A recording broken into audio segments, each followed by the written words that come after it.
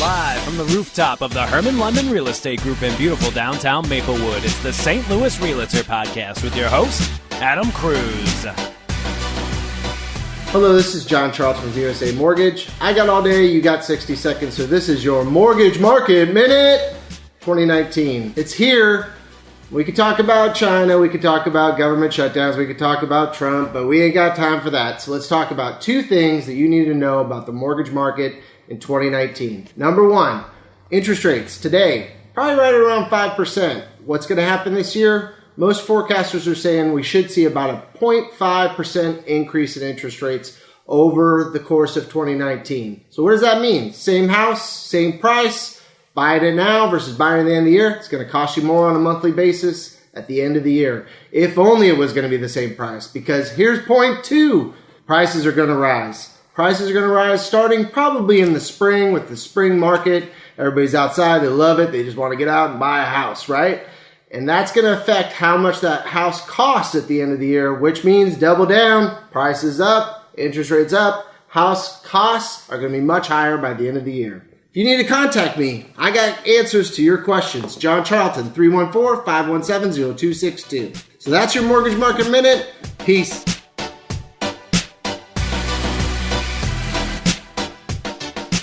Welcome everybody to the St. Louis Realtor Podcast, live from the offices of the Hermann London Real Estate Group in beautiful downtown Maplewood, Missouri. I'm your host, Adam Kruse, and this is my co-host, Shannon St.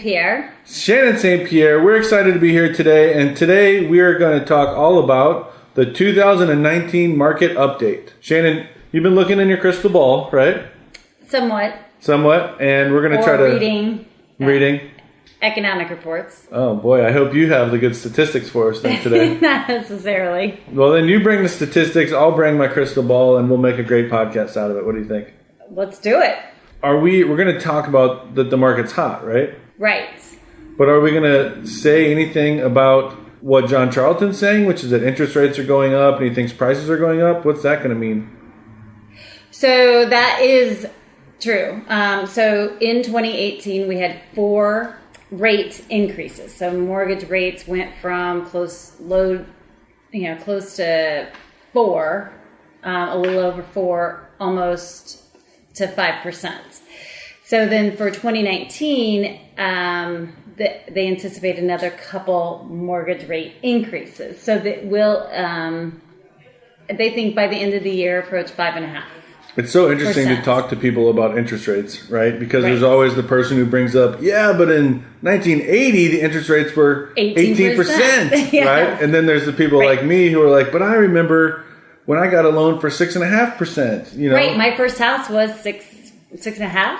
So even though rates are going up, to us, that's about normal. In the big picture, they're still very low. But then there's going to be people, we presume, that are saying, oh my gosh, they're up. That means the market's worse. That means I don't want to buy, or I can't afford to buy, or... Well, so then that's true, because you do have the increasing mortgage rates coupled with the fact that housing prices are still expected to rise, not a lot, but still increase this year in 2019. So you put those two together, what you end up having is less competition, though, because first-time home buyers will be kind of squeezed out of the market as the affordability that was there in the past is starting to be squeezed a little bit more. So do we consider ourselves in a buyer's market now or a seller's market? I think it's... somewhere in the middle? I think somewhere in the middle. I wasn't able to really get a great picture, and it seems like we're just in a transition where the inventory will catch up this year, and that's pretty much what a lot of the reports say as well, is that in years past, the inventory has been very low. Now, moving forward in 2019, some of that inventory or low inventory is going to catch up, and there will be more on the market. Okay, so some people who follow us or who follow other realtors, they've gotten tired probably over the last year of hearing realtors talk about inventory's low. Call me if you want to sell your home, right? And we were talking about months of inventory in the past and stuff like that. Which was extraordinarily low at the beginning of last year. Right. And now we think that's going to go up. So here's what I saw. And this is what I think will continue to happen. I saw homes that were updated. They're nice. You know, a young family or whoever can walk in there and go, this home is pretty. Right. Those homes would sell, and they would sell fast, and they would sell for top dollar. Is that what you saw? What price point?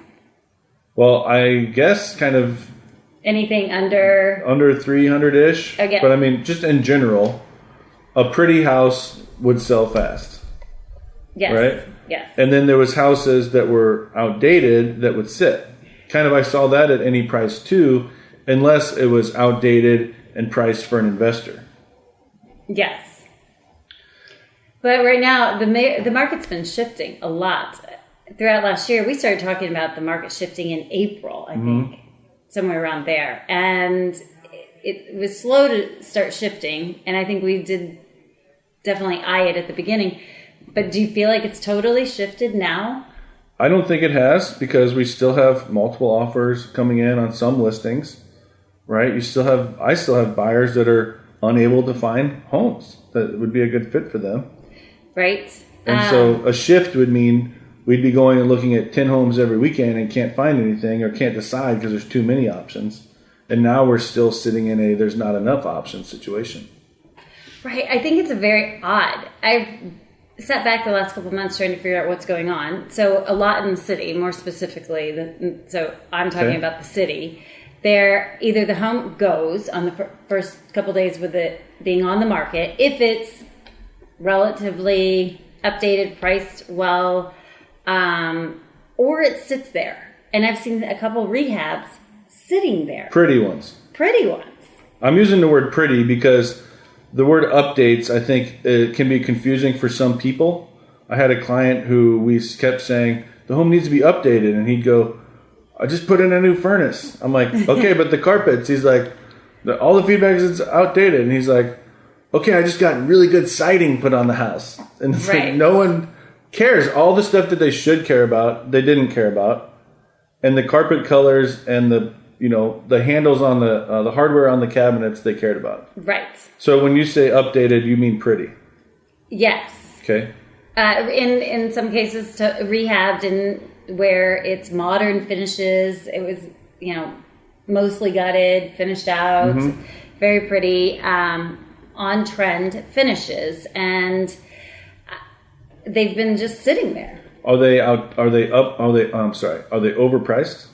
Well, I think so. I think that the mentality that you can get this top dollar is not necessarily the case anymore. I think homes move if they're somewhat pretty or even somewhat too pretty and priced right. But it has to be priced right. No, I think the days of overpricing and getting what you want are gone. I think you have a savvy buyer today that, or savvier, if that's a word, buyer, and they're willing to wait. So number one, they're savvier. Number two, they're willing to wait. Okay. So if you have a home, you're a rehabber, you buy a house for whatever price, because the wholesalers now are asking more for homes than they used to. Yes. You buy it, you rehab it, and then you just think, hey, I can pretty much offer whatever because the market's so hot. What they're finding is, no, I can't. Do you think that if they would have lowered their price by, 5% or 10% or something like that, that not only the home would have sold, but maybe they would have been in a multiple offer situation and gotten that higher dollar?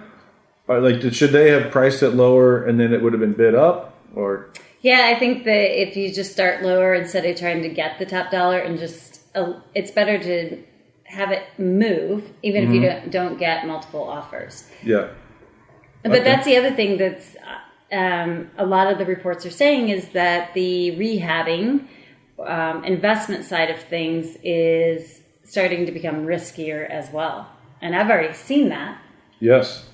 So by the way, that's one of kind of our calls to action from our listeners here today, or our viewers, I guess, is we want them to call us, have us come over to their home and give them ideas and feedback on what they should do to update their home to sell, instead of just making their own kind of guesses and stuff, right? Because to your point, some sellers go, I'm going to put on a new roof, I'm going to put in a new furnace, but don't touch the kitchen or lighting fixtures or the things that make a home feel extraordinarily dated. Yeah. And then they want top dollar because they have a new roof, a new furnace, a new AC, or something of the sort. But still and that's blue not carpet. what, yes, and outdated lighting fixtures. So they could have saved, I think sellers can save an extraordinary amount of expense and headache if they consult with an agent to figure out what buyers are looking for. And I hear people a lot, they say, I'll give a credit for new carpet. I don't want to put new carpet in because what if I choose the wrong carpet?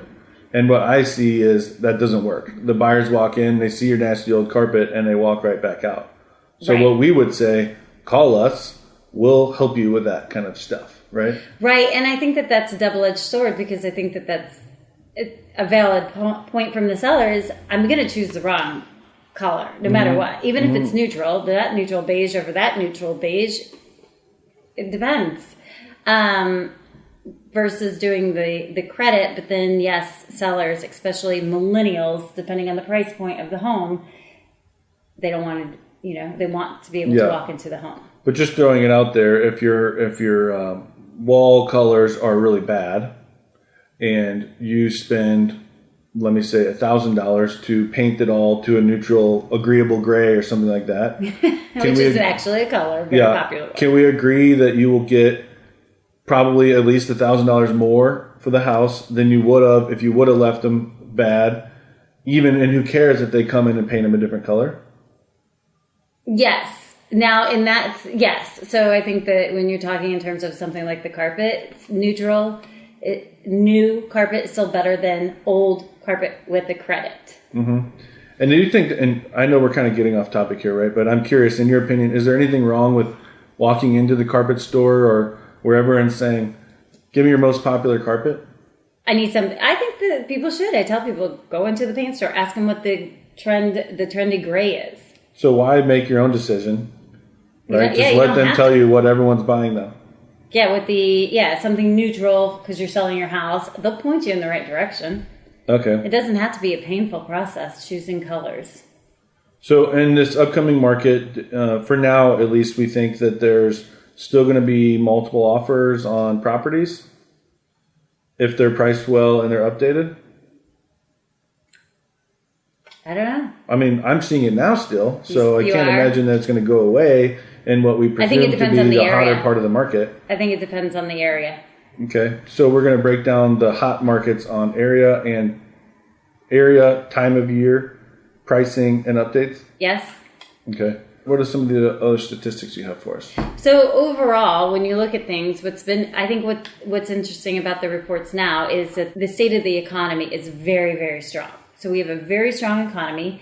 We have very low unemployment, probably one of the lowest in a decade or two. It's at a very low point. But it's not translating into real estate yet, which I think is interesting. What do you mean by that? So the strong economy is not translating into real estate? Right. So when you have that strong economy, you would automatically think, oh, well, real estate's going to be really great. It's going to be hot and going to be, But hasn't it been hot? It has been hot.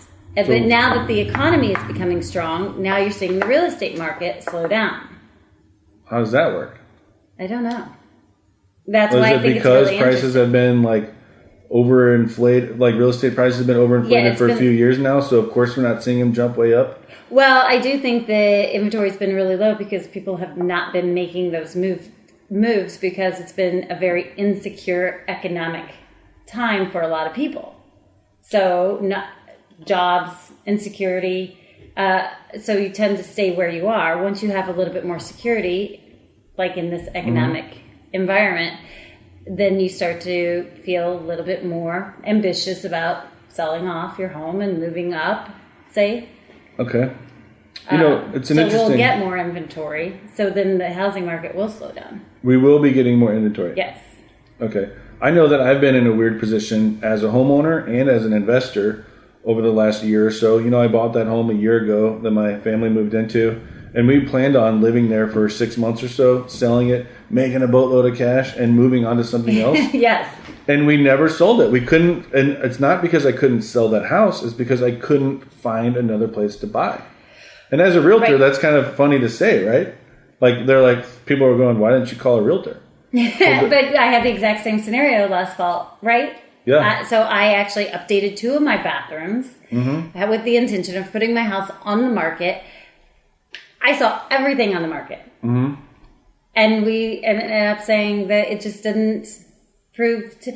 One of the reasons, too, though, we were looking to downsize a little bit. So we wanted something slightly smaller. But it would have increased our mortgage payment because we bought and refinanced in 2012 or 2011 when the mortgage rates were historically at their lowest.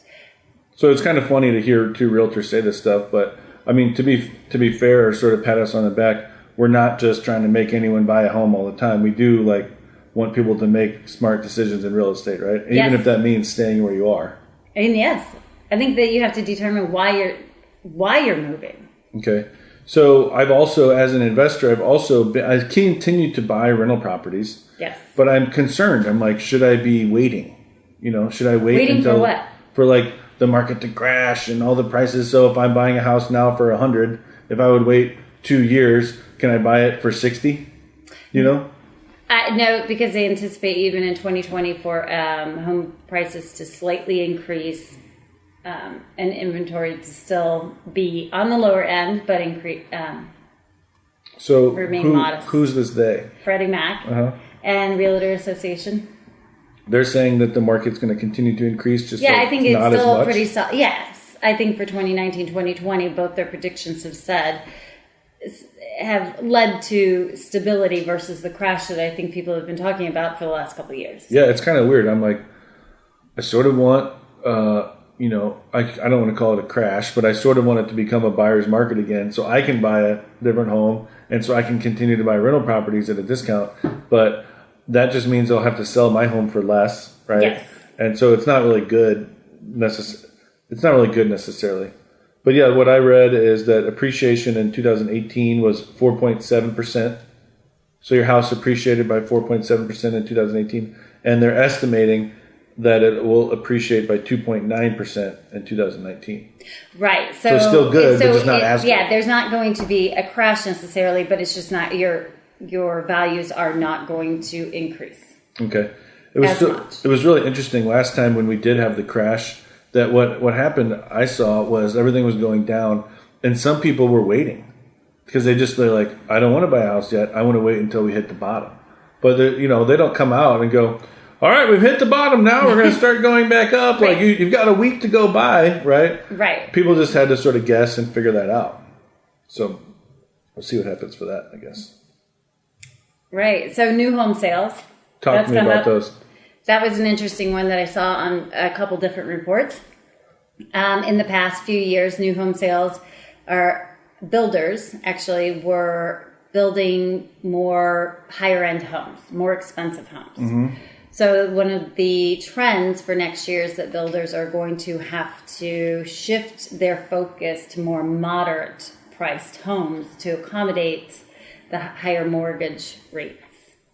Okay, so from a St. Louis perspective, new construction, when I think of new construction and new homes, I'm thinking of like outlying areas, right? Yes. Where it's like land ho and they're moving west or south or whatever. Yeah. But I guess we do see a lot of new construction and kind of like infill and stuff like that, like in the central corridor in the city and stuff like that. People are building. Some of those empty lots, yes. Yeah. Builders have taken advantage of those and built in areas that are in high demand. And those builders in the last few years have been able to just be like, let's just cover the whole thing in granite. We'll just get like top dollar no matter what. Right. And you're saying now we're going to see builders going back to like actual builder grade and kind of like lower I think that stuff. I don't know that builder grade will pass muster, but I do think that they will make some more moderate choices. Interesting. Builder grade won't pass muster. So people's tastes and expectations, you're saying, will still be high, even though they're wanting to spend less. I think so. So will the builders have to figure out other ways to cut costs other than some of these aesthetic things that people care so much about? Granite countertops?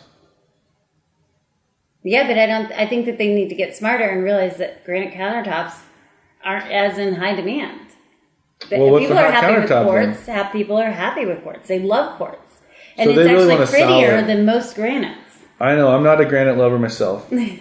Because I bought granite countertops and I went and the minute I like signed on the line and paid my check, they go, okay, Now let's talk about maintaining this stuff and what you have to do for it. I'm like, what are you talking about? Right. I thought this stuff is indestructible. They're like, oh, no. It's a long list of things you got to do with it. Right. So there's better countertops. But so we're thinking that builders will have to still probably make them look pretty, but figure out other way to cut costs.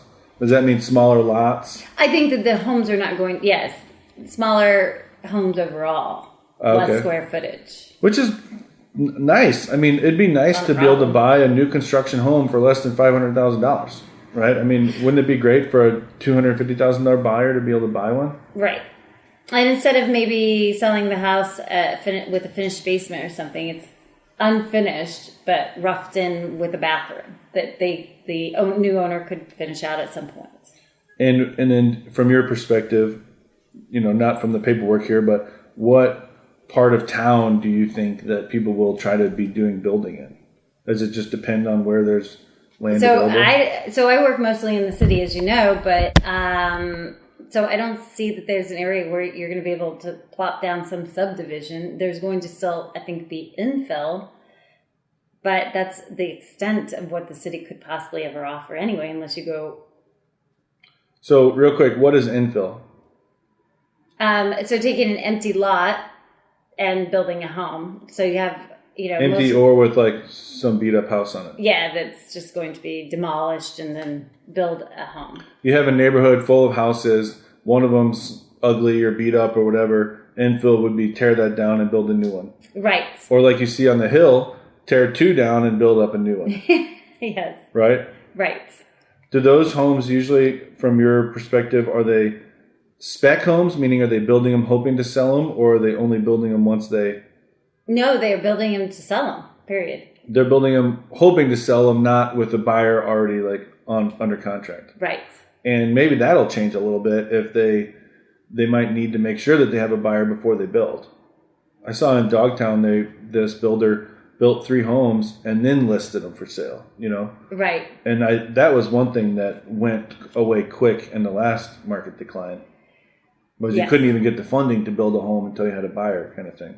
Or I have seen one developer here in the city. He's done several homes along a specific street where he built 2, sold them, built another one, sold it, built another one, sold it. So it's no longer let's go build the subdivision and have 12 options. That is what I would want to do. Because I think it's a smart way. I don't know why you wouldn't do it that way. But as a child of the 2008 crash, I'm the guy I'm conservative now because I saw so many people lose it all.